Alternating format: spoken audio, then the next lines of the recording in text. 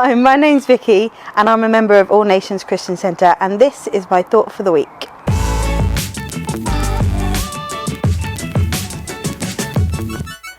I love magic tricks, I love illusions, I love going to see kind of daring kind of feats of acrobatics, and we went to one this weekend, and I love the stuff that blows your mind when you look at them and you think, how on earth do they manage to do that?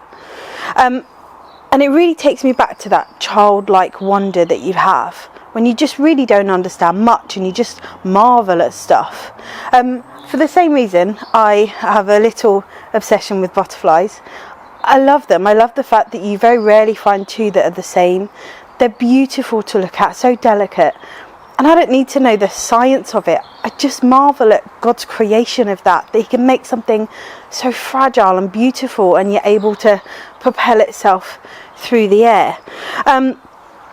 If you look at Job 38, there's a section from that, and it says where God is talking to Job, and he reveals something about himself and his majesty and the awesomeness of who he is. And he says, this is a Message version, he says, have you ever travelled to where snow is made, seen the vault where hail is stockpiled, the arsenals of hail and snow that I keep in readiness for times of trouble and battle and war? Can you find your way to where lightning is launched, or to the place from which the wind blows? Who do you suppose carves canyons for the downpours of rain and charts the route of thunderstorms that bring water to unvisited fields, deserts no one ever lays eyes on, drenching the useless wastelands so they're carpeted with wild flowers and grass? And I think sometimes we lose that ability to marvel at God, and we have all these questions and we're so busy trying to work him out and put him in a box. And actually I think he doesn't want us to do that. He wants that childlike amazement and awe of him. Somebody once told me about a question box that you, through life, if there are questions that you have about God and you've delved deeper but you just can't find the answer, that you put those questions in a box, and when you get to heaven you get to ask those questions.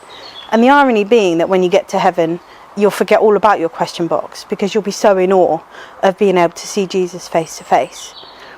And as well, I think if you look at Romans 1 verse 20, it says, for since the creation of the world, God's invisible qualities, his eternal power and divine nature have been clearly seen. And I think this week I'd like us to just have these marvel moments, not Iron Man and all of those different characters, but moments where we just look at creation and we marvel at what God has done, and we have that childlike amazement of seeing what our Father's capable of. So I challenge you this week, when you see a sunrise or when you see a downpour, don't look at the downpour as a negative, but look at it as a chance to marvel at his power and his majesty, and just find beauty, find God's awesome power in the tiny little things this week. And don't focus on the questions you have about him. Just be amazed by him.